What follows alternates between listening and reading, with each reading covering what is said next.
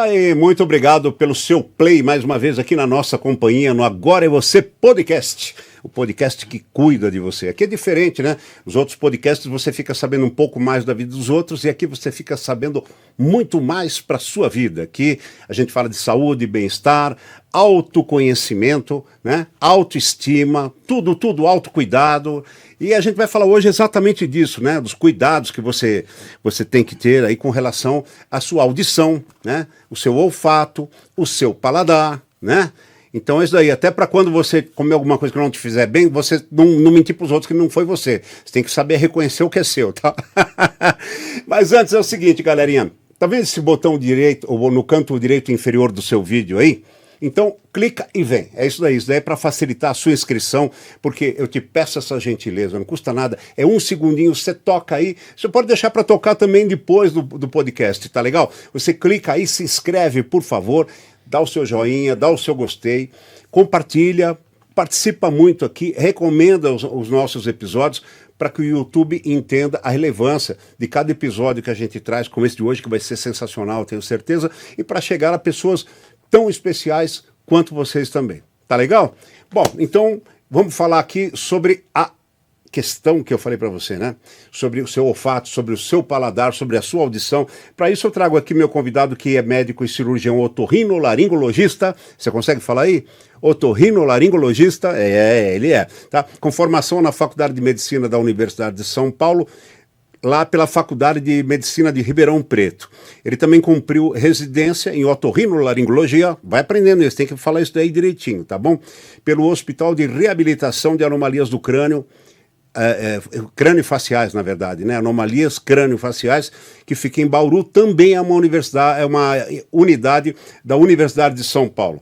Eu estou falando aqui do meu grande convidado, Dr. Vanner Santos, otorrinolaringologista, tá bom? E aí, Vanner, tudo bem, querido? Prazer estar aqui. Seja bem-vindo aí, cara. Obrigado, tá? Obrigado. Queria saber o que você acha aí dessa proposta aí. Você já tinha feito podcast antes, não? Não, primeira vez, estou estreando com você aqui. Primeira vez? É. Calma, gente, ele tá meio tímido, mas ele vai cantar, sapatear, deixa comigo aí.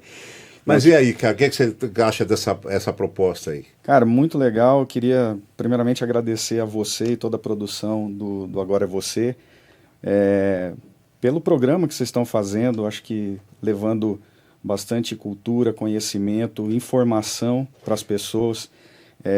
E isso é uma coisa difícil, a gente não vê muito em podcasts. É verdade. A gente vê bastante querendo saber da vida das pessoas e tal, e informação de qualidade é difícil a gente encontrar. Então, a iniciativa de vocês é louvável, vocês estão de parabéns. E eu me sinto muito honrado pelo convite aí. Puxa, muito obrigado. Recíproca é verdadeira. Dr. Vanner, situando assim, quem nos vê, para o pessoal entender, tá? A otorrinolaringologia, ela cuida exatamente do quê? Quer dizer, a gente sabe que é nariz, ouvido e garganta, mas assim, de uma forma mais técnica, mais profunda. Tá. No Brasil, a maioria das residências em otorrinolaringologia, elas focam mais nas doenças não oncológicas ligadas ao ouvido, a nariz e a garganta. Uhum. Então, o ouvido, você tem as infecções, você tem as perdas auditivas não infecciosas. Nariz, você tem as obstruções, as sinusites, as rinites, poliposes. Na região da laringe, você tem os distúrbios da voz, amígdala, problemas de amígdalas e tudo mais. Já no exterior, você tem essa junção da parte que eu falei que é o que acontece na maioria aqui no Brasil, mas também da parte oncológica. Entendi. Existem algumas formações que dão um pouco mais de ênfase nessa parte oncológica, mas de maneira geral, isso fica um pouco mais com o cirurgião da cabeça e pescoço que faz essa parte de câncer e tudo mais. Tá bom. Agora, me fala o seguinte, também para situar quem nos assiste, muita gente confunde. Qual é que é a diferença básica de otorrinolaringologia e fonoaudiologia? Porque quando a gente fala de garganta, às vezes as pessoas não sabem, né? Eu vou no otorrino, eu vou no fono. Tá, essa pergunta é muito boa. Eu vou começar respondendo pelo que... Minha esposa é fonoaudióloga. Que legal. E eu vou começar te respondendo uma coisa que ela sempre fala. Ela fala, estava conversando com fulano e falei que era fonoaudiólogo e ele achou que eu era médica. Então, assim, a primeira diferença, o fonoaudiólogo não é médico. O fonoaudiólogo ele faz uma faculdade de fonoaudiologia que tem duração em média de 4 anos. Depois ele pode fazer alguma subespecialização em distúrbios de voz, distúrbios da audição, e aí normalmente mais 2 anos. Enquanto o otorrinolaringologista ele é médico, então ele faz uma faculdade de medicina com duração de 6 anos, depois uma residência médica que dura em torno de 3 anos. E hoje, na minha época não tinha tanto isso, mas hoje já tem às vezes um 4º ano de residência que você se dedica mais para uma das áreas, ou ouvido, ou nariz, ou garganta, do sono, medicina do sono, tudo mais. Muito legal. E já que a gente está viajando nesse assunto de otorrinolaringologia, então a gente vai fazer aqui, a gente vai aterrissar por partes, tá? Nós vamos descer até as nuvens, depois até o meio teto, depois até a pista. Nós vamos começar aqui a falar então pelos ouvidos aqui, tá? Não é pelos cotovelos, tá? E qual é a forma correta, Dr. Wagner, de se higienizar, de se limpar os ouvidos? Na verdade, assim, o ouvido ele é autolimpante. Uhum. A cera que é produzida no ouvido, que é uma proteção, inclusive, ela tende a ser normalmente expelida. Então, assim, eu tinha um professor que ele falava que a gente deveria limpar o ouvido com qualquer coisa que fosse maior do que o nosso cotovelo. Ou seja, não é para mexer, exatamente. O melhor é não mexer. Então, assim, o que eu sempre indico na hora do banho, entrou um pouquinho de água, enrola ou a toalha no dedo, ou um papel, pode ser papel higiênico, ou um papel toalha. Dependendo do tamanho da orelha, um rolo de papel higiênico, né? Enfia um rolo de papel higiênico. E com o próprio dedo ali, você faz a secagem da água que entra, mas tentar não colocar nada lá dentro. Até porque é uma estrutura muito sensível, muito delicada, e que você pode lesionar a região ali com muita facilidade. Tá. Às vezes a gente sente... Não sei se é porque eu trabalho muito com fone, mas às vezes, mesmo sem fone, eu sinto o ouvido incomoda no seguinte sentido, coça, de vez em quando dá uma coceira no ouvido. Tá. Isso sugere o quê, doutor? Será que é um processo alérgico? Pode ser um processo alérgico, mas assim, você tem coceira, às vezes, por excesso de cera, a cera pode produzir essa coceira, mas às vezes o fato de você querer limpar e usar muito cotonete, você tira a lubrificação do canal do ouvido, e a pele ela começa a ficar um pouquinho mais ressecada. E aí é igual a nossa pele aqui da mão quando a gente está na época do frio, que o tempo fica mais seco, a gente percebe que a pele fica um pouco mais trincada e a gente percebe que coça um pouco mais.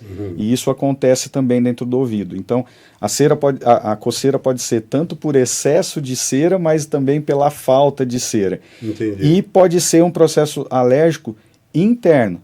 Quando você tem uma alergia, por exemplo, uma rinite alérgica, como a mucosa ela é praticamente a mesma para as 3 regiões, tanto o nariz quanto boca e também na parte do ouvido, às vezes você tem um pouquinho de coceira às vezes no ouvido e o problema está no teu nariz, é mais da rinite. Então isso também acontece. Olha, tá vendo? Às vezes você vai pegar o seu marido, se eu te pego com outra, se você chegar aqui bebendo 3 horas da manhã, eu vou esfregar sua cabeça no chão. Olha aí, aproveita a cera, né? Se você tiver taco em casa, esfrega a cabeça, já tem um uso para você aí. Bom, e cotonetes nunca, doutor? Nunca. Isso é muito importante, hein? Tá? Tem gente que compra o cotonete ainda para usar no ouvido. Não é que você tenha tanto lugar para... Né? Não é isso que eu quero dizer. A princípio, parece que ele surgiu com essa intenção de limpar o ouvido, né? A princípio, lá atrás, ou nunca? Então, eu não lembro a fonte certinha, mas eu já li isso daí, que uma vez que o cotonete ele tinha sido desenvolvido para você poder limpar nariz de criança, de nenê. Então você com a pontinha mais macia do algodão, você limparia a entrada da narina e conseguiria limpar alguma sujeirinha, alguma coisa. E aí acabaram vendo que também dava para usar no ouvido, mas se você pensar até pelo formato e pelo tamanho do diâmetro do canal do ouvido, ele não é muito adequado mesmo, porque Entendi. Ele é quase a mesmo diâmetro. Por isso que a gente orienta não passar. Porque às vezes, ao invés de limpar, ele não puxa, ele na verdade ele empurra e isso vai acumulando. E vai socando o negócio. Exatamente. Vai ficando rígido, né? Exatamente. Bom, atenção agora aqui, ó. Pergunta para você, eu quero a sua opinião, é muito importante. Você acha que, bom, nós estamos numa era aí que todo mundo fica com fone o tempo todo, né? É no busão, é no metrô, é na rua, é no trabalho, está sempre ali com um foninho, com o head, no Bluetooth, ouvindo notícia, fazendo academia, ouvindo música. Você acha que o uso do fone prejudica a audição? Você acha que pode prejudicar? Por favor, vai comentando aí que eu quero a sua opinião, quero ler, mas daqui a pouquinho o Dr. Wanner vai nos explicar sobre isso daí, tá? Enquanto isso eu sigo com ele aqui, doutor. Manter a audição, tá? Assim, evitar perdas. Como é que pode ser feito esse tipo de prevenção? Evitar perda de audição. Em primeiro lugar, assim, todo mundo, se viver pelo menos uns 90, 100 anos, vai apresentar perda de audição. Tá. Existe um tipo de perda que acontece pelo envelhecimento. Uhum. A gente chama isso de presbiacusia. Do mesmo jeito que a pessoa que às vezes nunca precisou usar óculos, quando chega por volta dos 50 anos, precisa começar a usar, a audição também começa a diminuir em torno de 50 anos, mas isso é na média. O que a gente tem visto é que com exatamente... Não vou dar spoiler, vou esperar você entrar na parte do fone, mas tem algumas coisas que podem estar antecipando um pouquinho e adiantando esse processo, acelerando esse processo, exatamente. Então, assim, uma das coisas que a gente deve evitar é a exposição a ruídos intensos por tempo prolongado. Isso, sem dúvida nenhuma, é um jeito de você prevenir aí as perdas. Existem perdas de audição também, às vezes por medicação. Tem alguns medicamentos que são ototóxicos, mas isso não tem como você prevenir muito, porque às vezes você está com uma infecção muito séria, você tem que usar um determinado tipo de antibiótico, e é um risco inerente a medicamento. O antibiótico ataca enquanto está tomando, ou ele, conforme o antibiótico, ele pode danificar a audição da pessoa definitivamente? Não, ele pode danificar definitivamente. Olha, cuidado com isso, presta atenção, hein? Definitivamente. Mas, assim, não são todos antibióticos, normalmente são antibióticos de largo espectro. Normalmente, antibióticos são feitos em nível hospitalar, com a pessoa internada, porque são os antibióticos mais fortes. Mas é aquela coisa, é um risco, não é que necessariamente vai acontecer, mas pode acontecer. Outra coisa outra medicação que também pode dar isso daí é a quimioterapia. Uhum. Também ele pode ser tóxico para as células do ouvido. Mas assim, de maneira geral, eu acho que se você precisasse guardar um tipo de informação, o que você deve fazer para prevenir qualquer tipo de perda é evitar a exposição a ruídos intensos. Muito bom. Agora, os idosos, por exemplo, os idosos eles perdem a sensibilidade auditiva, você falou, é normal ir perdendo. Por que se dá esse processo? Porque, de alguma maneira, aquela membrana lá que vibra do tímpano, ela vai enrijecendo, alguma coisa assim? Não, é interno mesmo, é as células nervosas mesmo da audição. Acontece um enrijecimento do tímpano, mas esse enrijecimento é muito pequeno e o nível de perda que ele causa é praticamente insignificante. Entendi. Aonde a gente vê que acontece a maior perda é realmente nas células nervosas que ficam dentro da parte do ouvido interno, que é a cóclea, que parece um caramujinho, onde ali a gente tem as células nervosas, e conforme a gente vai envelhecendo, elas vão deixando de funcionar. Tá. E isso vai gerando a perda de audição. Dr. Wanner, também é comum, por exemplo, a gente ouvir, ter uma diferença de audição nos dois ouvidos, não é? Não é isso? Porque, por exemplo, o canal de um lado, chegar até as trompas lá, até o tímpano, ele pode ter um formato, uma espessura diferente do outro lado, não é isso ou não? Sim, você pode ter diferenças não é o comum. Tá. Mas você pode ter diferenças anatômicas de um lado e do outro. Se a gente pensa no ouvido, né, desde da nossa orelha externa até onde as células são estimuladas, você tem o canal do ouvido, aí você chega na membrana do tímpano. Uhum. Esse trajeto do canal, é comum você, examinando o paciente, você encontrar de um lado ele é retinho, do outro lado ele é muito curvo, virado para cima. De um lado ele tem um certo diâmetro, do outro lado ele tem um diâmetro menor. Tá. Inclusive isso faz, às vezes, você ter a diferença no acúmulo de cera de um lado e do outro, até mesmo pela angulação e tudo mais. Do tímpano para dentro, você tem aqueles 3 ossinhos que na nossa época de escola aprendia, hoje eu já não sei, que o pessoal falava, são os 3 menores ossinhos do corpo humano, que é o martelo, a bigorna e o estribo, que eles são um sistema que vibram, promovendo uma amplificação da energia sonora que chegou no tímpano, e aí o último deles, que é o estribo, ele movimenta, e quando ele movimenta, ele faz com que a parte interna, que é da cóclea, movimente um líquido que tem ali em torno das células, e isso daí gera todo o estímulo elétrico. Então, esse é o caminho do som. E aí... É o que está acontecendo no meu carro. Sabe, gente, vibra o estribo, sabe, e sacode lá dentro, que quem tiver dentro do carro quer sair. Agora, vamos para a resposta que eu prometi para você. Eu perguntei para você se você acha que usar o fone de ouvido constantemente, ou muito alto, ou muito tempo, ou toda hora, pode ou não prejudicar a audição. Então agora eu deixo a resposta com o Dr. Vânia. Pode prejudicar, sim. É muito comum, né, os adolescentes de hoje, meu filho é um deles, eles jogam o tempo todo no computador com fone de ouvido.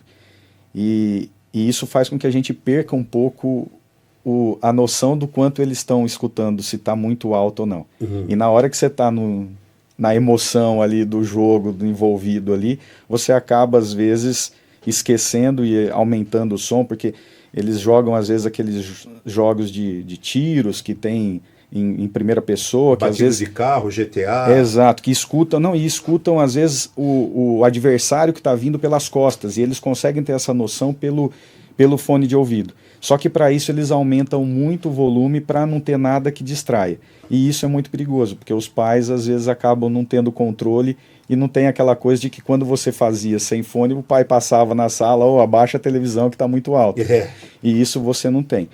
E aí, voltando naquele assunto da perda de audição por causa da idade, o que a gente vê é que quando você se expõe a barulhos mais intensos por tempo prolongado durante a sua vida, desde uma idade mais precoce, é como se você tivesse um envelhecimento também mais precoce. Eu sempre comparo isso com uma pessoa que se expõe muito a sol. Você vai perceber que ela, a longo prazo, lá na frente, a pele dela vai parecer um pouco mais envelhecida do que as pessoas que se expuseram Depois estica, fica parecendo um torresmo que fez plástica, né? Então, assim, é isso. Se você, por exemplo, você pega 2 irmãos gêmeos, um vive em São Paulo, numa cidade metropolitana, onde tem um nível de ruído intenso, e o outro mora no interior, no mato. E eles são gêmeos com a mesma carga genética e tudo mais. Provavelmente esse que teve uma exposição maior aos ruídos vai ter um envelhecimento um pouco mais precoce. Então, voltando, a resposta é sim, o fone de ouvido pode afetar a audição. Pô, quantas vezes a gente está com criança no banco de trás, diminui esse fone, você está ouvindo lá na frente com o rádio ligado, cara. Acontece. E eles, não, mas não está alto. Né? Então tome cuidado aí, você que é pai, tá? Ou com filha da amante, cuida direito, que depois a bomba estoura aí. Dr. Vânia, lavagem dos ouvidos, tá? De tempo em tempo. Queria que você me diga se é necessário ou não, se é preventivo, se é uma boa iniciativa isso. A lavagem no ouvido ela é indicada para aquelas pessoas que têm um acúmulo de cera. Tá. Inclusive, assim, a limpeza ela pode ser a seco ou com água. Não necessariamente sempre precisa ser com água, né, a lavagem. Mas assim, ela está indicada para aquelas pessoas que têm acúmulos de cera. Uhum. Para essas pessoas, o ideal é que a gente consiga encontrar um intervalo de tempo que a pessoa suficiente para que a pessoa vá ao otorrinolaringologista para fazer uma limpeza periódica, que tenha um pouco de cera, mas que ainda não tenha tampado completamente, mas também que ela não vá lá à toa e que não tenha nada, falar, volta só daqui tanto tempo. Então eu sempre faço isso com meus pacientes, eu sempre tento achar esse intervalo de tempo. Tem pessoas que precisam fazer de ano em ano, tem pessoas que de 6 em 6 meses, Eu acho que o recorde que eu já vi era um paciente que eu tinha que fazer a cada 2 meses. Caramba! Era muito. Ele tinha uma produção enorme. Eu brincava com ele e falava, cara, Ele nadava no pântano?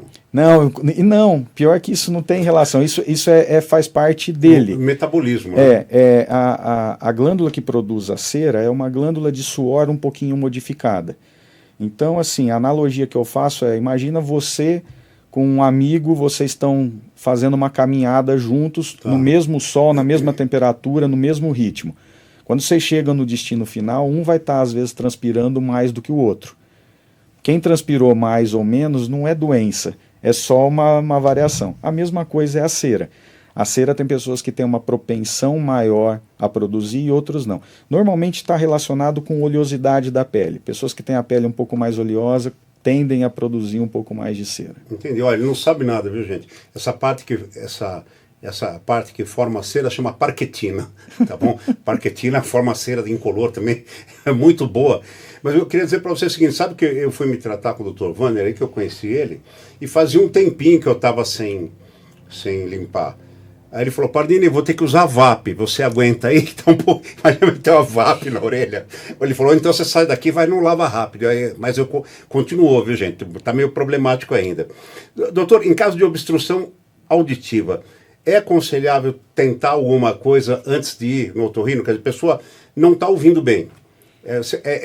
Por exemplo, eu vou falar aqui, pingar um Cerumin, pingar um octo, não me lembro o quê, e aguardar para ver se melhora, ou ela já deve ir ao otorrino? Eu particularmente não gosto muito de que meus pacientes pinguem remédio nenhum antes da consulta. Uhum. O Cerumin, ele funciona como se fosse um detergente, ele amolece a cera. O problema é que se você pinga ele amolece a cera, essa cera ela pode ir mais profundo ainda e tampar mais do que o normal. Uma outra coisa que eu percebo é que uma grande porcentagem da população, em torno quase de 50%, tem como se fosse uma alergiazinha ao Cerumin. Então eu percebo que às vezes o paciente que às vezes chega no meu consultório que já pingou o Cerumin por conta própria, quando eu vou fazer a remoção da cera, eu percebo que às vezes na hora que eu limpo tudo, eu percebo uma descamação na pele do ouvido, que às vezes aquela pessoa que estava com uma cera mais endurecida, mais até grudada mesmo na pele, não apresenta quando você faz a remoção. Então eu sempre aconselho, vem do jeito que você tá, não tenta pingar nada, que a gente examina, olha. Na maioria das vezes a gente consegue fazer a remoção e são casos extremos que aí você sim indica, não, pinga o remédio e depois volta para a gente limpar. Gente, Cerumin, não confunda, não é querubim, não é talismã. Eu vou andar com Cerumin porque eu vou jogar na loteria. Não, Cerumin. Aliás, remédio nenhum, eu acho que você deve usar sem prescrição médica, essa campanha já existe há tanto tempo, né? Eu acho que com todo remédio você tem que passar antes pelo médico. Agora, Dr. Wanner, por exemplo, às vezes a pessoa vai tendo um decréscimo do volume de audição e acho que ela vai ficando condicionada com aquilo que ela ouve, ela não tem uma noção do que é o real mundo ali fora. Às vezes você pode estar se acostumando aí com o volume da sua audição caindo e achando que está normal. Como é que a pessoa sabe, por exemplo, sem ter um problema, como é que a pessoa sabe, tem uma maneira dela perceber que ela está perdendo a audição de alguma maneira? Eu acho que a gente escutar as pessoas que estão convivendo com a gente é uma boa ideia. Uhum. Porque assim, normalmente quem está à nossa volta começa a perceber mais do que a própria pessoa que está tendo a perda auditiva, de que ele está, às vezes, aumentando muito o volume da TV, ou aumentando muito o volume de alguma coisa que ele gosta de escutar, ou que a pessoa está tendo que falar mais alto, ou repetir mais vezes. Então isso é uma coisa que a gente deve levar muito em consideração. Se quem nos cerca está começando a perceber, fala, acho que você está pedindo para repetir muito, ou então está aumentando muito o volume. E lógico, se você tem uma percepção boa, e lembra, né, eu sempre escutei a televisão no volume tal, escuto rádio no volume tal, e agora estou percebendo que eu estou abaixando, aumentando, tendo que aumentar um pouco mais para poder escutar. Isso também é um indício que você está perdendo a audição. Agora sim, existe uma recomendação que todos, a partir dos 50 anos de idade, comece a fazer um acompanhamento anual da audição. Exatamente para ver como é que está evoluindo isso. Não precisa esperar piorar. Não entendi. Não dá para você mostrar um cartaz aí. Gente, o negócio é... Eu tenho um pouco de perda auditiva devido aos dezenas de anos de trabalhar com fone de ouvido. Eu não sou daqueles que põem o som de ouvido no talo, porque quer ouvir grave, quer ouvir... Não, é para controle ali, se eu estou no ar, se eu não estou no ar. Mesmo assim, eu tenho uma certa perda auditiva, que eu vejo que meus filhos às vezes estão assistindo a TV ali baixinho. Eu tenho que aumentar, não aumento muito, sabe? É assim, o suficiente para só ouvir da porta do condomínio. Então não é muita coisa, né? Parece aqueles caras, pamonha, pamonha, pamonha. Parece que eu estou vendendo atração em casa. Bom, agora vamos descer aqui para o segundo andar. Vamos descer para as nuvens. Falar um pouquinho do nariz, doutor. Tá. Para você que chegou agora, volte ao episódio lá no começo depois. Não perca esse episódio, tá legal? Estou conversando com o Dr. Vanner Santos, que é um excelente otorrinolaringologista, está dando dicas preciosas sobre a manutenção da sua audição, do seu olfato, do seu paladar e quem sabe até de uma restauração aí se for necessário. Então, volte ao começo desse episódio, depois que ele acabar, que vale a pena. Vamos lá, doutor, qual é exatamente a função do nariz, assim, dos seios paranasais ou seios nasais? Além de, é para sentir o cheiro, é para entrar ar, né? Deve ter uma coisa mais específica. As funções, né, principais do nariz é preparar o ar para que ele chegue no pulmão de uma maneira adequada. Uhum. Por quê? Porque o ar que a gente respira é um ar muito seco, a temperatura dele não é adequada e cheio de impurezas. Então, o nariz ele tem a função de filtrar o ar, de umidificar e de aquecer o ar. Além disso, tanto os seios paranasais quanto o nariz, ele funciona como uma caixa de ressonância para a nossa laringe. Sim. É só a gente reparar, quando a gente está gripado e eu falo com o nariz entupido, a projeção da minha voz é muito menor do que quando eu estou com o nariz funcionando adequadamente. Então isso a gente percebe que também ajuda na caixa, nessa ressonância. Uma outra teoria que o pessoal fala bastante é que os seios paranasais, e aí é interessante eu te mostrar esse esquema. Não, eu ia te pedir isso. Põe um pouquinho mais aqui para frente da câmera, doutor, para demonstrar. Presta atenção aí, gente. O que são os seios paranasais? Os seios paranasais são buracos, são cavidades que ficam ao lado do nariz, por isso que são paranasais, é do lado do nariz. E eles são buracos cheios de ar dentro do nosso crânio. Uma das teorias é que esses buracos cheios de ar, eles são para que o peso do nosso crânio, principalmente na parte mais anterior, não seja tão pesado e a gente consiga suportar a cabeça em cima do nosso pescoço. Então você tem um seio bem na testa, que é o seio frontal, você tem bem aqui bem no fundo do nariz, que ele chama esfenoide, um que fica entre os olhos, que chama etimoidal, e o da maçã do rosto, que é o mais comum, que todo mundo fala, estou com sinusite, estou com dor aqui nessa região. Então a gente tem 4 seios de cada lado, em pares, né, que ajudam o nariz nessa função aí de ressonância, de aquecimento, de filtragem do ar e tudo mais. Muito legal. Você falou essa parte do seio que fica na testa. Eu tenho uma amiga que tá assim, viu? Tem que fazer plástica, gente. O neném dela tá mamando aqui, ó. E é jovem. Ela tá parecendo um alambique de leite. É aqui, parece que tem 2 narizes. Aí. Depois o marido dela falou, quem é esse bicão aí que apareceu em casa? Eu falei, não é bicão, porque subiu aqui pra testa.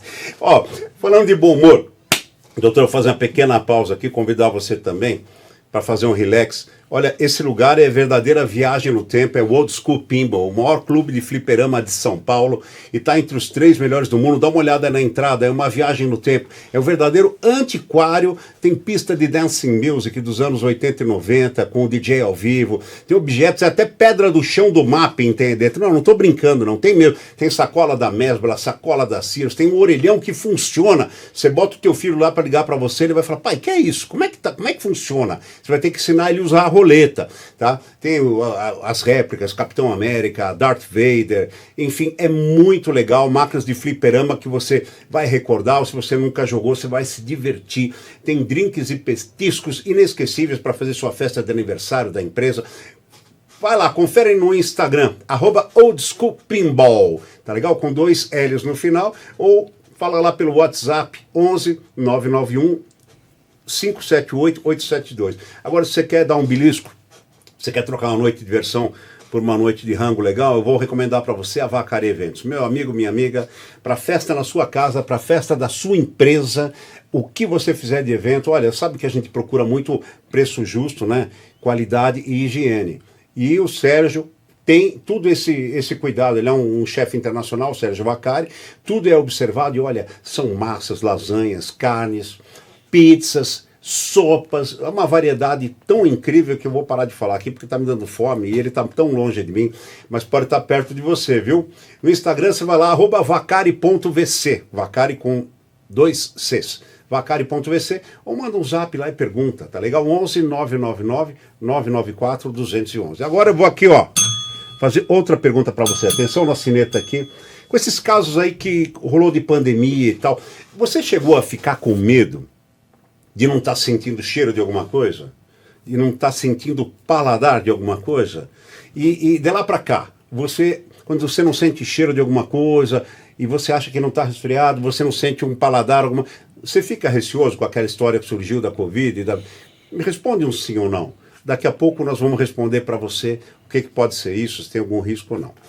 Vai colocando aí que eu quero ler o seu comentário. Enquanto isso, doutor, o que pode prejudicar essa função do nariz de aquecimento, de filtragem do ar, de controle do ar que entra no corpo?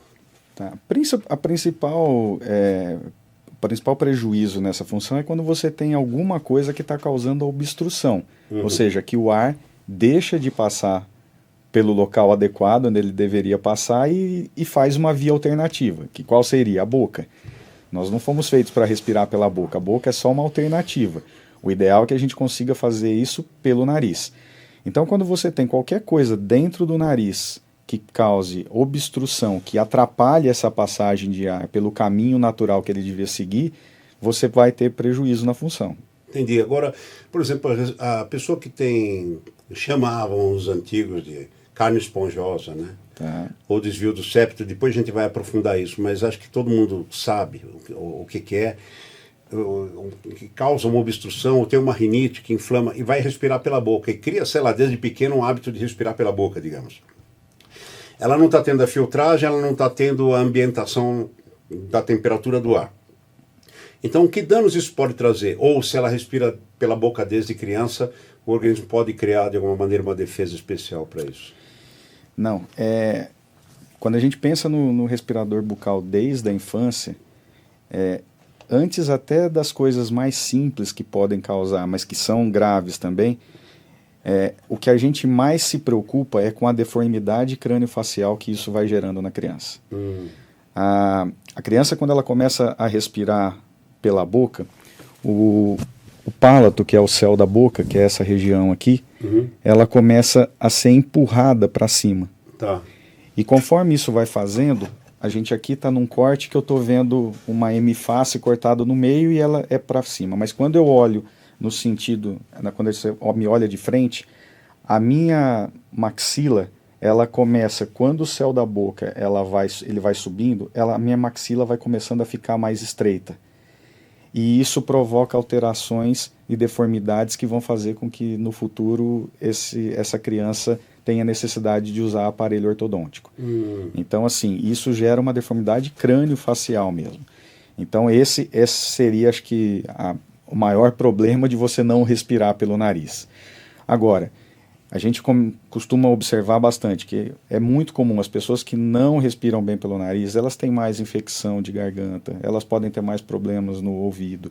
Não é à toa que o nariz está no meio do rosto, porque ele acaba tendo comunicação com todas essas outras regiões aí. Ah, legal. Agora, me fala o seguinte, por exemplo, eu lembro que eu tinha um amigo de infância que desde pequenininho ele tinha bronquite asmática. Tá. Ele foi crescendo com crises constantes e ele chegava a ter um deslocamento da mandíbula, sabia isso aí? Essa parte da frente dele era mais pronunciada, era mais adiante. Quando ele fechava a boca, os dentes de cima ficavam... Isso. Né? E o médico da época falou que era por causa dessas crises que foi desenvolvendo a mandíbula de outra forma. É porque, assim, na verdade, a maior parte das pessoas que têm bronquite asmática ou a asma brônquica costuma ter também rinite alérgica. Então ele acaba sendo um respirador bucal que tem todas essas deformidades e uma das coisas é o dente vai ficando projetado, tanto que a gente tem uma faces, né, que é bem característica de quem respira pela boca, que é isso mesmo. O dente ele vai ficando um pouco mais dentucinho, mais proeminente para frente. Isso realmente acontece mesmo. Agora o nariz, quando está fechado, ou quando está obstruído, tá? Qual é o procedimento ideal? Porque se fala para pingar medicamentos, mas diz que tem medicamentos que provocam o secamento da mucosa, ou a deformidade da mucosa. Aí tem um outro processo que eu mesmo faço de manhã, eu pego o soro a 3% lá, né? E jogo naquelas regiões estratégicas que tem que jogar até cair mesmo. E tem gente que não quer fazer porque fala que o soro incomoda. Gente, só incomoda primeiro, segundo dia, depois vai habituar, não sente nada, é um líquido. E para mim é a melhor coisa, porque a sensação que eu tenho rinite, é que o nariz fica menos suscetível às infecções, fica menos sensível à diferença de temperatura, só não fica a poeira, porque a poeira já é resíduo e me ataca, né? Mas tem alguma maneira ideal de descongestionar? Não, você é o exemplo perfeito, é o orgulho do otorrinolaringologista. Porque a limpeza com soro fisiológico é algo que eu sempre falo para meus pacientes que eu acho que todo mundo deveria fazer sempre. Eu brinco que todo mundo sai, quando o nenê nasce, só sai da maternidade quando os pais aprenderam a dar banho. E ninguém se preocupa se o pai e a mãe aprenderam a lavar o nariz do nenê. Agora, o mesmo ar que está sujando o nenê por fora, poluído, é o ar que ele respira o tempo todo. Então a gente lava o carro por fora e esquece de limpar o filtro de ar. Então é uma coisa que é fundamental. Todo mundo deveria lavar as narinas com soro fisiológico pelo menos 1 ou 2 vezes ao dia. O ideal é 2. Eu sempre recomendo de manhã, ao acordar, e à noite antes de dormir. Porque isso é o que você falou. Você está fazendo uma limpeza. Uma vez que o nariz ele é o filtro, é onde vai parar as maiores impurezas, os vírus, bactérias. E você, uma vez que você está lavando e removendo isso com maior frequência, você fica um pouco menos susceptível, porque você tem menos tempo de contato, menos tempo de exposição com ou o patógeno ou com aquilo que te causa alergia. Muito legal. Doutor, a diferença básica, muita gente confunde sinusite com rinite, né? Tá. Porque eu sinto que tem uma pressão aqui, eu sinto que está coçando, eu sinto que está inflamado. Inclusive, para quem pinga muito remédio e está com o nariz irritado, às vezes pinga, fica mais irritado ainda. Como é que a pessoa pode diferenciar rinite de sinusite? Qual que é a diferença básica? Tá. A rinite ela é um processo alérgico que acontece normalmente, não só alérgico, mas ela acontece dentro da cavidade nasal. Tá. Então, a rinite está localizada nessa região. A sinusite está nos seios paranasais, que são os seios da face. E não é incomum você ter um quadro de uma rinocinusite, que você tem toda a parte tanto do rino, que é o nariz, quanto dos sinos, que é os seios da face, acometida. Uma coisa só voltando, porque eu acho que é muito importante, você falou de pingar. Pinga alguma coisa. Isso é uma coisa que nenhum otorrino gosta. Todos os remédios que são de pingar e que não são soro fisiológico, então aqueles descongestionantes de pingar e que é gotinha, tá?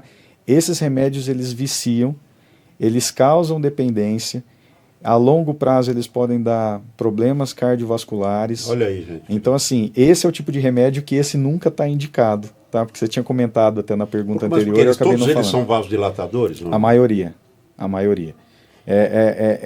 Eu não me lembro de outro remédio a não ser esses vasos que tem vasoconstrictor que se pingue.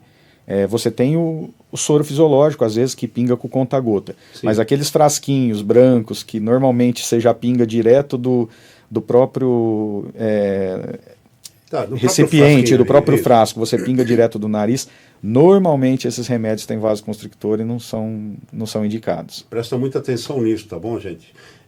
Agora eu queria perguntar, e quando, por exemplo, a pessoa tem aquela obstrução que está irritado, que sabe, não vai, parece que passa de uma narina para outra, fica mudando de narina, a pessoa vai lá, lava com soro, está irritado, aí tem crise de espirro, não melhora, piora ainda. Tem alguma segunda solução sem ser soro? Inalar alguma coisa, pingar água e sal, sei lá. Água e sal é soro, né? Então, o soro que é o 09, que a maioria das pessoas usam, ele serve mais para limpar. Tá. Esse soro que você gosta de usar, e não é todo mundo que tolera, que é o 3%. Chama hipotônico. Hipertônico, isso. Esse soro ele ajuda um pouco mais na desobstrução. Eu até brinco que ele é um vasoconstrictor vegano. Esse não tem problema, esse você pode usar sem maiores riscos. Mas assim, o ideal é, se você está já limpando, você está higienizando, você está fazendo as coisas e não está melhorando, o ideal é que você procure um profissional para ele poder te examinar e avaliar, porque em casos mais simples de alergia e tudo mais, às vezes vai precisar entrar com remédios específicos para aquele quadro de rinite. E também você não perde a oportunidade, de repente, de fazer o diagnóstico de alguma alteração anatômica e que essa alteração ela não muda com o remédio. Uhum. Por exemplo, um desvio no septo ou uma polipose, alguma outra coisa assim. Entendi. Agora, doutor, no caso assim da pessoa pingar e muito, danificar a mucosa, isso é irreversível, né? Ou não? Ou isso tem alguma correção, alguma medicação? Depende muito do tempo que ela pingou e a quantidade que ela pingou, né? Mas a gente percebe que assim, ela deixando de usar o remédio, aos poucos os batimentos, porque uma das coisas que acontece é que essa mucosa que reveste todo o nariz, ela tem como se fossem uns pelinhos. E esses pelinhos eles batem e vão fazendo uma varredura do muco. Tá. Quando você usa esse tipo de remédio, eles meio que paralisam esses cílios que fazem esse batimento. Então o que a gente percebe é que com a parada da medicação e você voltando a só limpar com soro, essas coisas, aos poucos isso vai retomando. Então assim, é muito difícil ser em definitivo. A pessoa tem que ter usado por muito tempo seguido. Tá. Existe um papo aí que quando a pessoa tem... Já ouviu falar disso? Tomar iogurte quando está com crise de rinite? Existe isso? É assim, há uns anos atrás fizeram uma meta-análise, que é um tipo de estudo, que viram que, na verdade, não todo iogurte, são os probióticos. Eles podiam ter algum tipo de benefício na rinite alérgica. Mas assim, foram poucos trabalhos, não mostraram uma amostra não muito grande. Então assim, não dá ainda para se falar que toma iogurte porque o iogurte ajuda na rinite. Ainda o melhor tratamento para a rinite é, além da profilaxia ambiental, que é você tomar conta do ambiente que você vive, né, principalmente na rinite alérgica, mas os medicamentos. Entendi.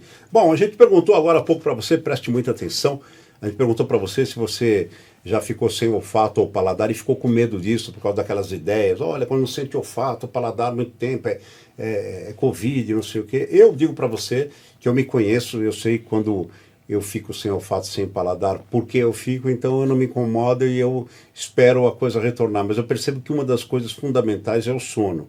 Quando você descansa bem, pelo menos no meu caso, se eu tiver várias noites que eu estou estressado, que eu durmo pouco, tal, essa condição de olfato e paladar piora para mim. E se eu começo a dormir bem, várias noites mais relaxado, essa condição melhora. Mas, doutor Wagner, eu queria que você falasse sobre isso. A pessoa perde o olfato ou o paladar, por que isso se dá, ou por que pode ser que isso se dê, e qual que é o tratamento para isso?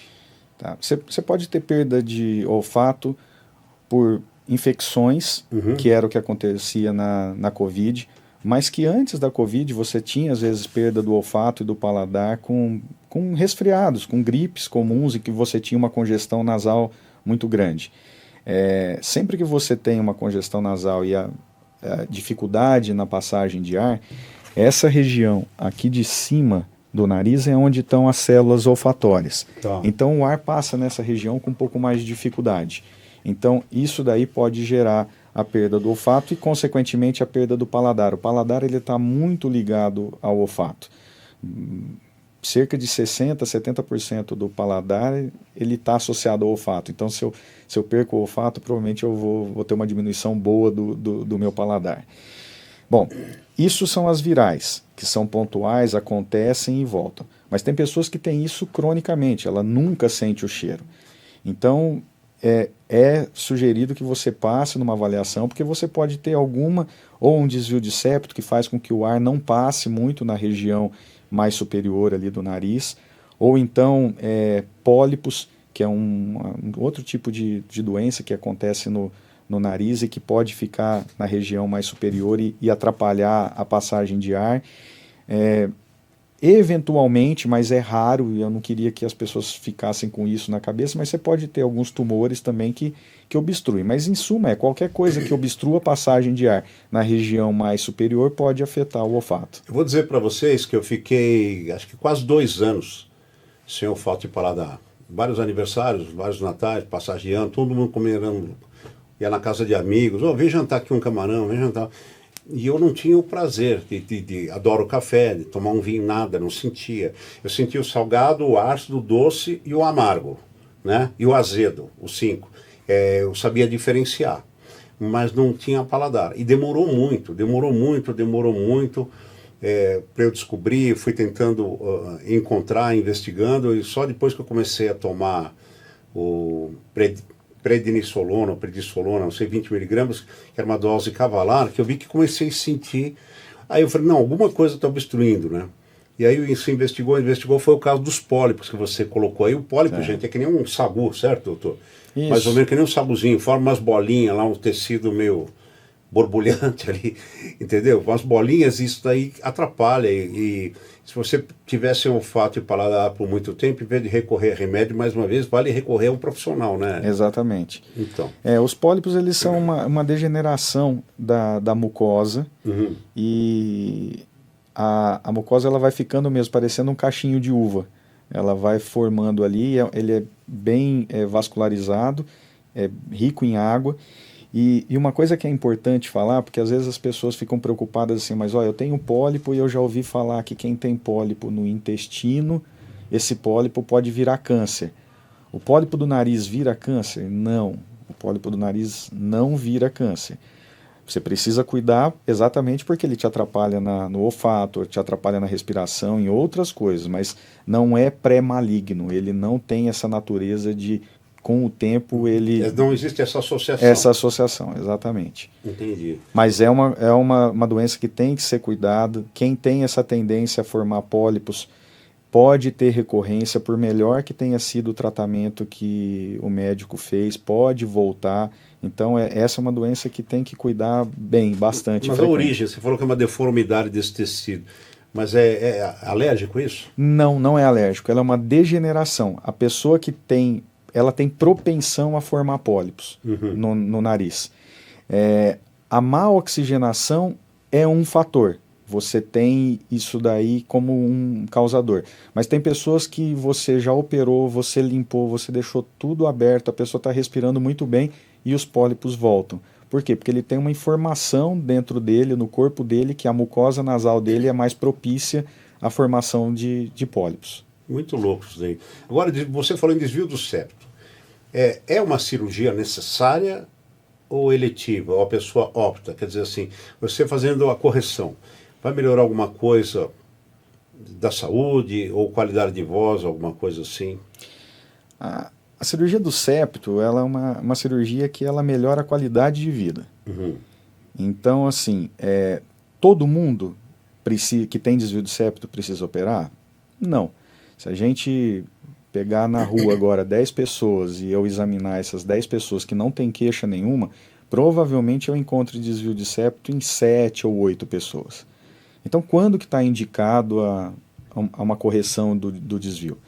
Quando a pessoa tem obstrução, e aí essa obstrução eu não espero o paciente às vezes me relatar, porque não tem como eu saber como você respira, e nem você saber como eu respiro. A respiração é uma coisa individual. Então a gente tem alguns parâmetros visuais que a gente olha e fala, não, a passagem de ar dessa pessoa é adequada, é boa, ou não, essa passagem de ar não é boa.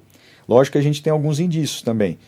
A pessoa que tem a boca muito seca, que dorme, acorda com a boca sempre ressecada, acorda sempre com a garganta meio arranhando, parece que passou um gato e arranhou toda a garganta dele. Normalmente é porque costuma estar respirando de boca aberta.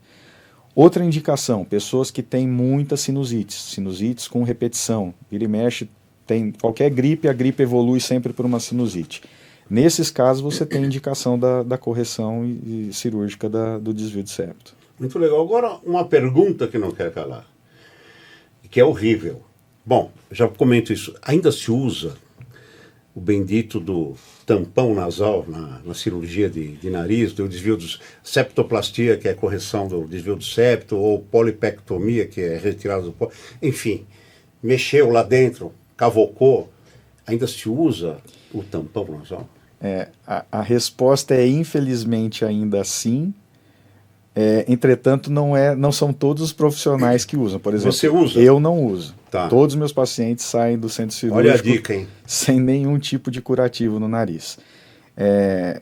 Eu tenho um lema que assim, a modernidade e a tecnologia elas vieram para nos ajudar. A gente gosta de celular, o mais moderno, que faz mais coisas.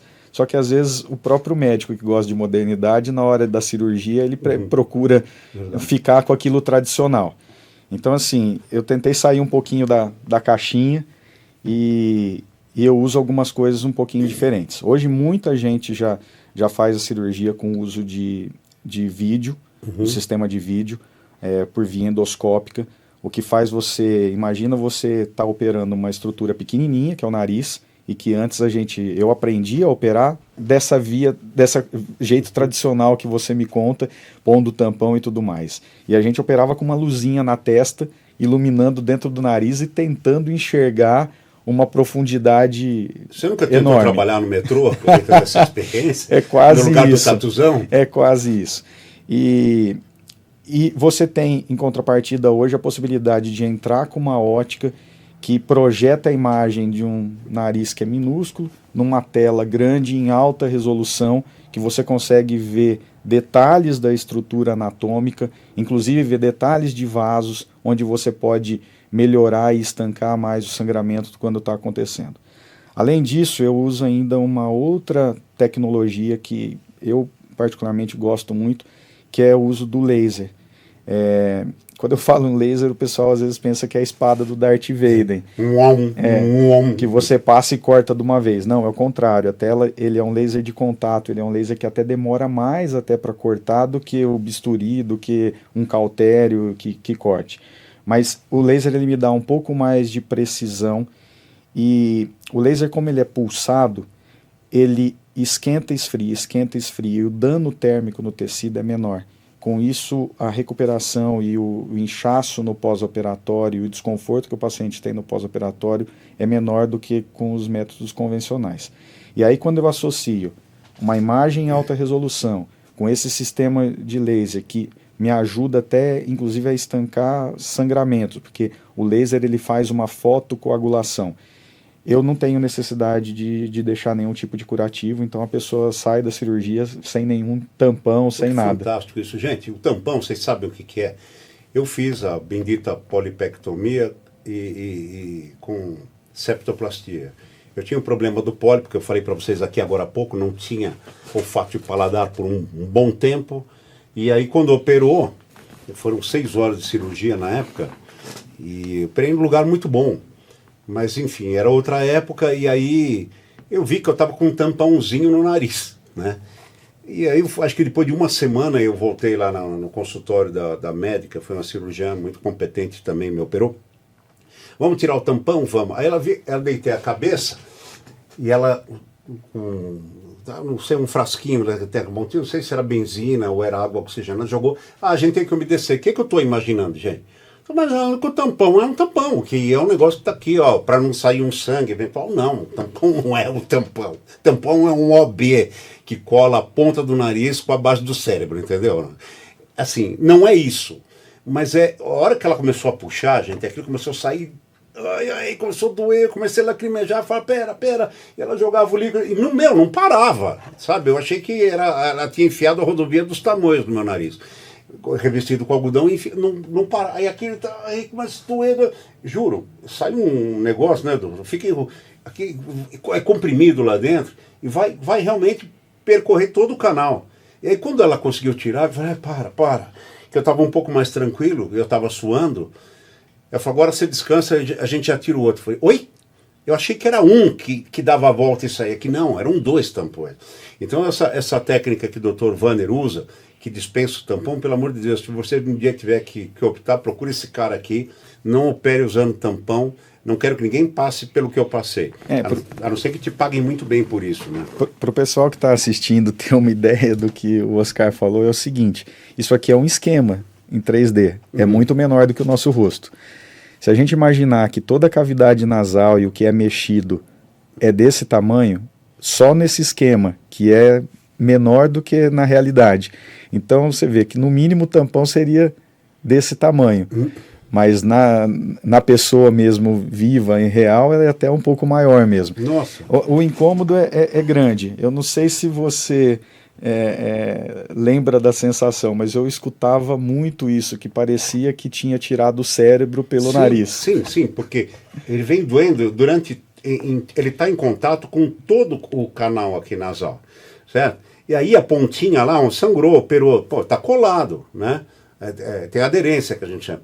E aquilo parece que, puxa, dói todo o canal, mas parece que a cabeça vai murchar. Vai fazer assim. Parece que vai entrar o crânio aqui, vai sair, é um negócio horrível. Bom, eu vou fazer aqui mais uma pausa para dizer que se você for fazer uma reunião para comemorar que você não tem que operar, isso é uma dádiva, tá? Mas a manutenção para a saúde é sempre necessária. Olha aí, reúna os amigos, ofereça uns petiscos legais, entendeu? Que não tenha gordura, que evite colesterol. Então eu estou falando necessariamente da Golden Prime. A Golden Prime tem grãos de primeira linha com você à sua disposição. Tem amendoins, amêndoas, tem nozes, castanha do Pará, castanha de caju, castanha de todas as formas, tem frutas secas, tem mix de frutas secas, tá legal? Tem aquele tradicional milhozinho assado para comer com uma cervejinha, e detalhe, sem contato manual, sem colesterol, torrado tudo eletronicamente, preserva o sabor, só que você vai ter muito mais qualidade de saúde, vale conhecer. Se você tiver um estabelecimento comercial, vou fazer uma reunião, na internet, @Golden Prime Oficial, tá bom? Ou manda um zap para 11 940 082 357. Agora, se você for aqui como o Dr. Vanner, que for um motoqueiro, entendeu? O cara aqui chega aqui com 2 motos para dizer que está de carro. Quem olha vê 2 faróis. Em São Paulo se rouba muita moto, mas no Rio de Janeiro, no Brasil todo se rouba moto. E a Skynet Rastreadores desenvolveu um sistema que é totalmente inédito. Eles colocam um dispositivo ali na sua moto. O cara pode desmontar a moto, fazer ligação direta, e colocar debaixo d'água, enterrar a sua moto, enfim, tocou na moto, você tem um aplicativo como esse que você está vendo no monitor aí, e você vai receber um bip, você vai ser avisado, opa, estou mexendo na minha moto. Imediatamente você entra em contato com a equipe da Skynet Rastreadores, que já libera lá a equipe de segurança, aéreo, terrestre e tudo, e eles têm mais de 95% de acerto, de índice de recuperação. Vale muito a pena, tá? Você consegue ver até o seu veículo se deslocando em tempo real. Teste que eu estou falando. Na internet, no Instagram, @Skynet Rastreadores, e você pode mandar um WhatsApp para lá, 947-794-474. Agora eu vou voltar com meu amigo aqui, descer mais um andar. Você que chegou agora, eu estou conversando com o Dr. Vanner Santos, tá? E é sobre otorrinolaringologista, sobre o seu nariz, sobre o seu ouvido, tá legal? Sobre a sua boca. Então, se você chegou agora, depois, por favor, volte no começo desse episódio, assista e recomende, porque pode mudar tudo para você. Doutor, agora uma outra dúvida aqui que eu tenho é sobre garganta, tá? A forma de manter a garganta limpa e saudável, qual é a melhor maneira?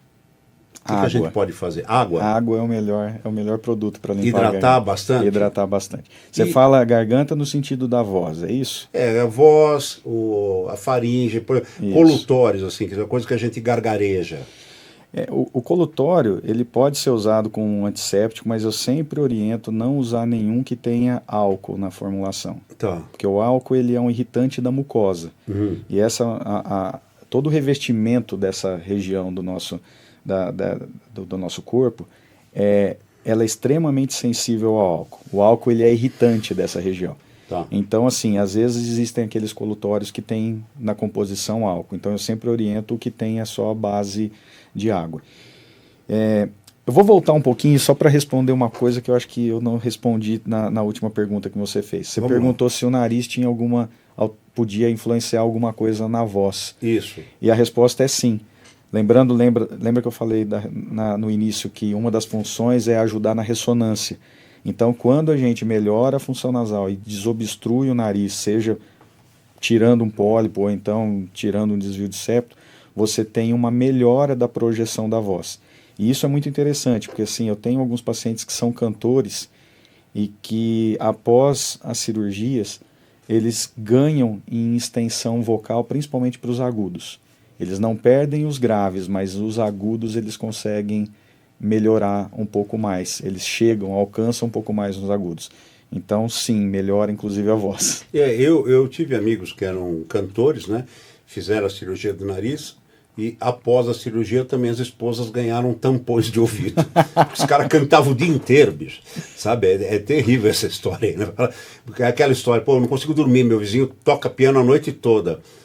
Mas ele, por causa né, porque ele acha que toca, né? Então tem essa diferença. Doutor, a diferença de ronco e apneia, isso é muito importante. Sim, essa é uma pergunta muito importante, porque assim, o último dado que a gente tem, principalmente falando de cidade de São Paulo, que é onde é mais avaliado, mas eu acho que a gente pode fazer isso uma projeção até a nível Brasil. Hoje, cerca de 32,9%, é quase 1/3 da população da cidade de São Paulo tem apneia do sono. E isso é muito sério.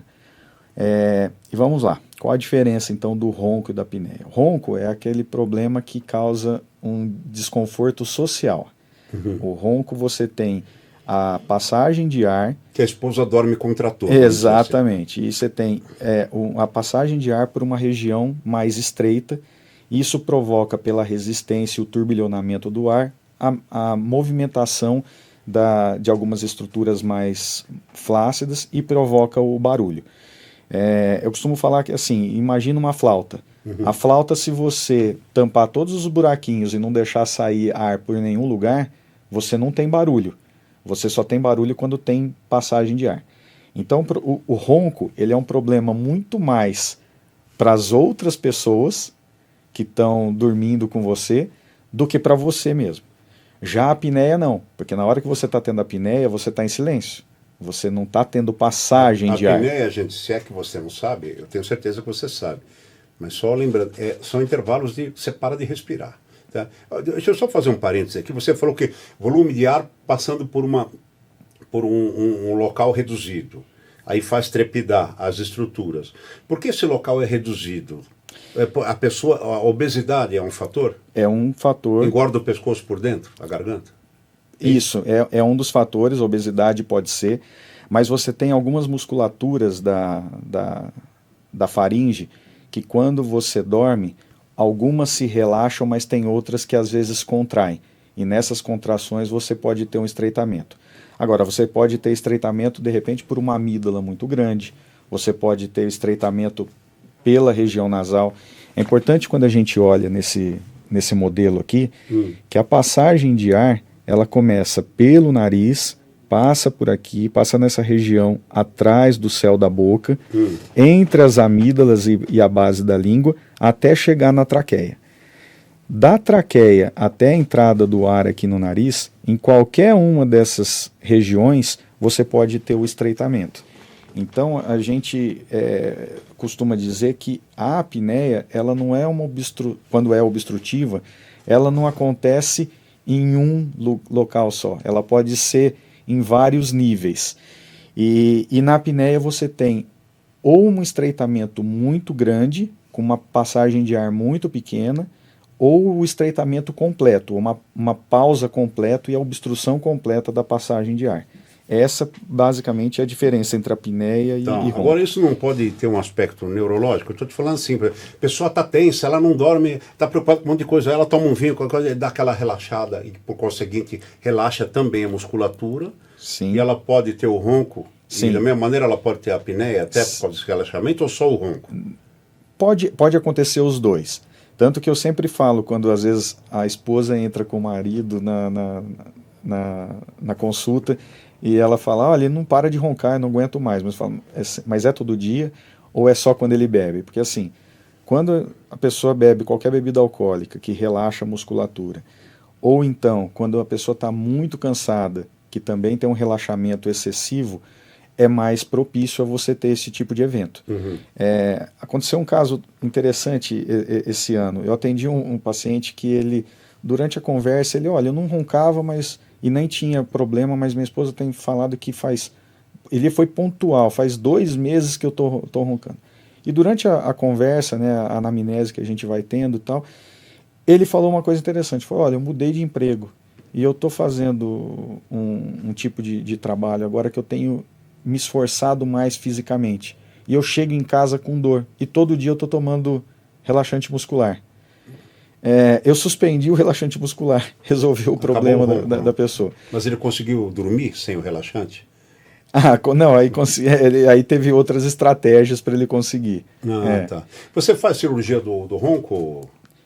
Então, a gente existe hoje na medicina uma especialidade, não uma especialidade, mas uma área dentro da medicina que chama medicina do sono. Tá. Essa medicina do sono ela pode ser exercida tanto por neurologista, quanto pneumologista ou por otorrinolaringologista. Ok.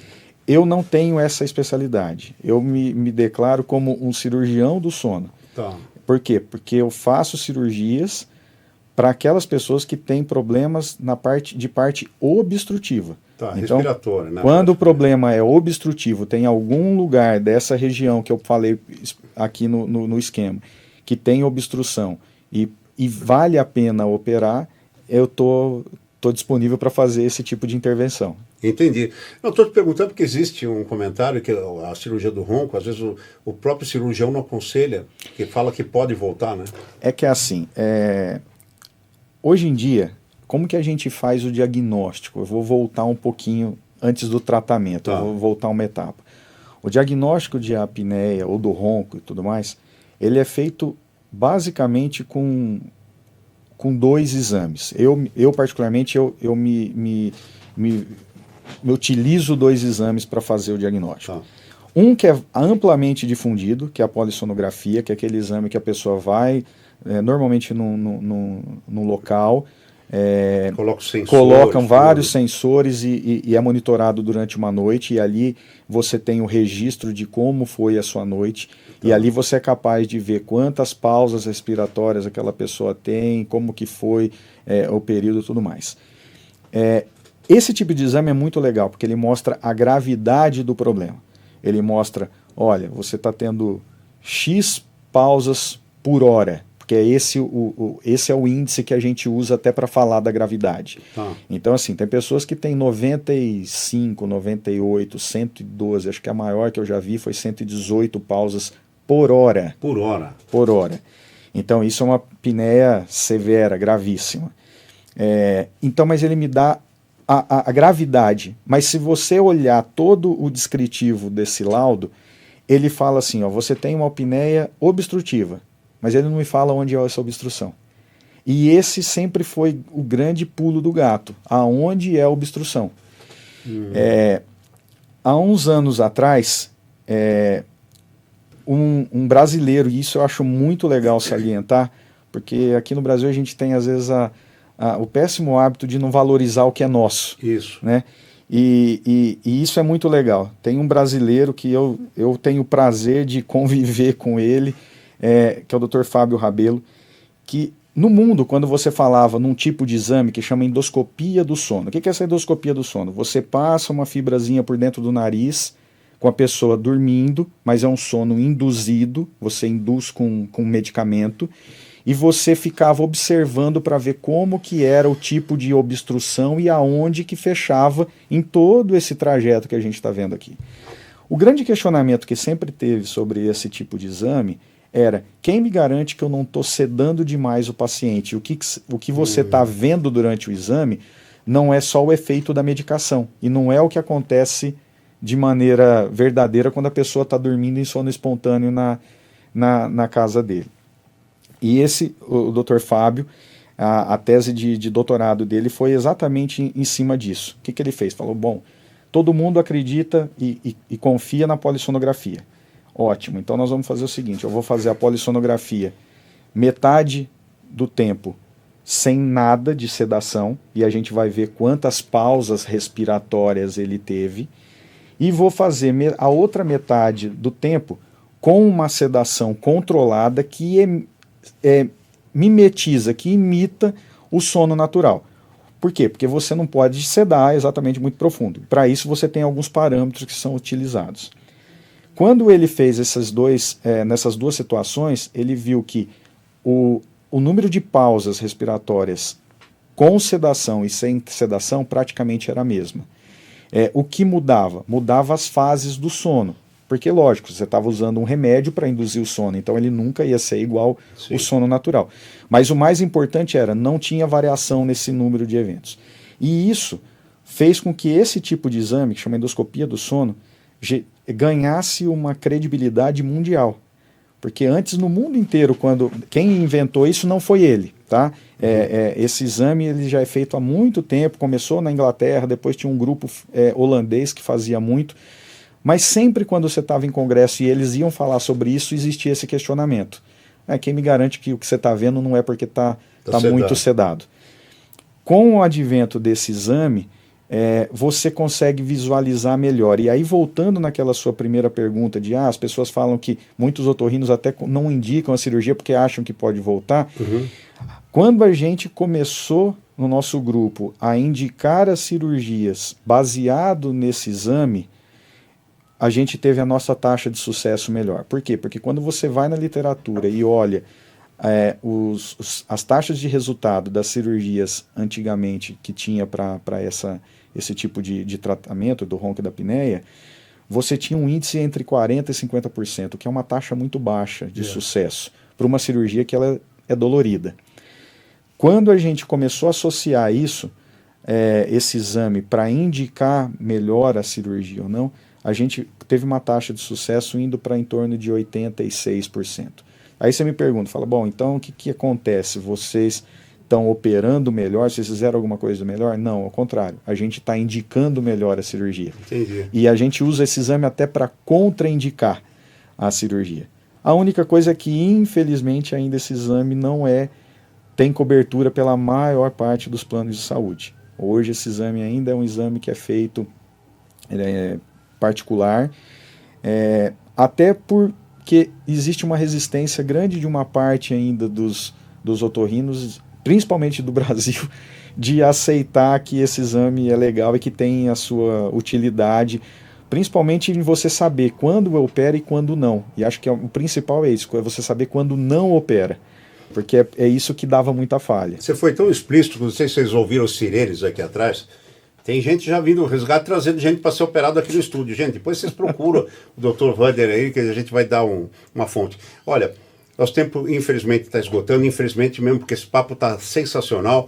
Mas quero agradecer você que esteve conosco aqui agora. Sem a sua presença, sem o seu prestígio, a gente não traria pessoas tão excepcionais aqui com o conhecimento do Dr. Vander Santos, tá? Quero agradecer demais mesmo. Por favor, eu vou pedir mais uma vez aí no canto direito inferior, está escrito vem, clica, vem, se inscreve, faça parte, compartilha, tá legal?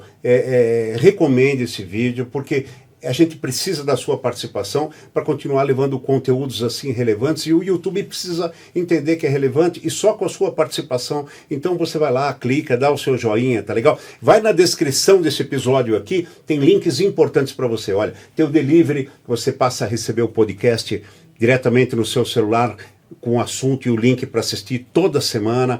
Tem o Instagram, tem o meu Instagram. Vai lá na descrição e desfrute lá com a gente, tá legal? E eu quero recomendar aqui hoje, esse livro aqui, eu sempre recomendo, doutor, um livro.